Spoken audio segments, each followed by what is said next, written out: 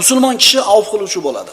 Agar qarindoshlaridan xato kamchilik o'tgan bo'lsa, musulmon odam, Allohdan qo'rqqan odam avf qilishni bilishligi kerak. Abu Bakr Siddiq roziyallohu anhu, u kishining qizlari Oysha onamiz roziyallohu anhoni hodisatul ifkda faxshda ayblashdi. Munofiqlar faxshda ayblashdi, lekin zino qildi degan gapni musulmonlardan 3 kishi tili bilan aytib qo'ydi. Ana shu 3 kishining bittasi Mustih ibn Abi Mustih Abu Bakr Siddiqning qarindoshi edi. Yana Abu Bakr Siddiq o'zi boy, badavlat odam bo'lganligi uchun bu kambag'al qarindoshiga doim xayr ehson infoq qilib turar edi. Shuncha yaxshiligini ko'rib turib, Abu Bakrning qizi haqida, Oysha onamiz haqida faxsh so'zni gapirib qo'ydi. Shunda Abu Bakr Siddiq qaytib senga muruvvat qilmayman, qaytib senga yaxshilik qilmayman dedi. Ya'ni qilgan yaxshiligimga javob shu bo'ldimi? Payg'ambarimiz sollallohu alayhi vasallamga Alloh taolo oyatlar nozil qildi. Oysha onamizning pok ekanligi oyatlar bilan isbotlandi. Endi qarang, Alloh taolo nima deb oyat nozil qildi? Astagfirullah. Vala ya'tali ulul fadli minkum was-sa'ati an yu'tu ulil qurba wal masakin wal muhajirin fi sabilillah.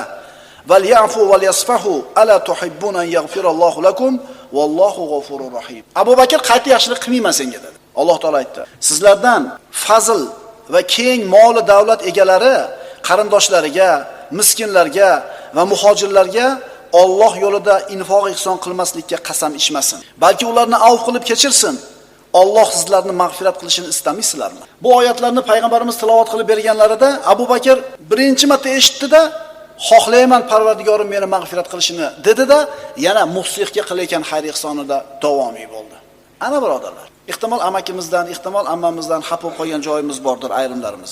Yuragimizni quvvat yetadimi? Iymonimizni quvvat yetadimi? Mana oyatda eshitdik. Kechdim Alloh uchun ammam shu qilgan meni qilgan xafagarchiligini. Amakimni qilgan xatosidan o'tdim deb ayta olamizmi?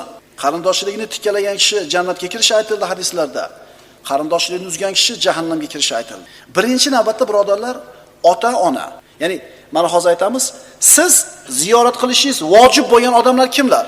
Ota-ona, bobo, momo, amaki, amma, tog'a, xola, aka, uka, opa, singil, bularni ziyoratda vojib. Ammo ularning bolalari endi vojib emas, siz uchun nafl. Amakingizni o'g'lini uyiga borishlik, tog'ingizni o'g'lini uyiga borishlik endi bu nafl bo'ladi. Siz albatta bunga ajr olasiz.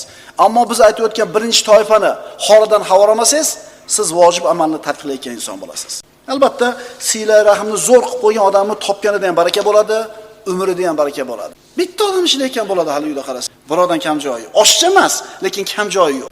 Bitta oilani qarasangiz 10 tasi ishlaydi, muammo o'shuncha.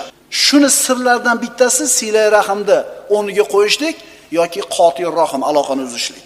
Qotil rahimni tijoratida ham, tirishligida ham barakasi bo'lmaydi. Buni faqat bilmaydi bu odam. Bu odam bilmaydi. Chunki baraka nimaligini bir marta totib ko'rgan emasda hayotida. Sila rahim qilgan kishini birodarlar hamma yaxshi ko'radi.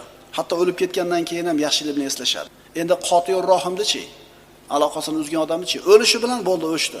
Birovni eslamaydi. Hayotida qoladigan asarida, oqibatida hargiz bu ikkisi barobar bo'lmaydi. Alloh taolo aytadi: "Fahal asaytum in tawallaytum an tufsidu fil ardi wa tuqatti'u arhamakum." Agar iymondan yuz o'girsangizlar, yaqinki sizlar yerda buzg'unchilik qilursizlar va qarindosh urug'laringiz bilan ham aloqani uzursizlar.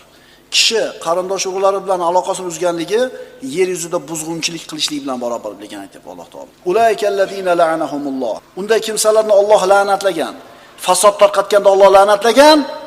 Qarindosh urug'lari bilan aloqasini uzganda Alloh la'natlagan. Allohning la'natiga qolishidan Alloh taolo o'zi panoh bergan bo'lsin. Sila rahmga ko'pchilik e'tibor bermay qo'ygan birodarlar, bu narsani qoloqlik, foydasi yo'q urf-odat, kerak emas oshcha chiqin deb tushunadi.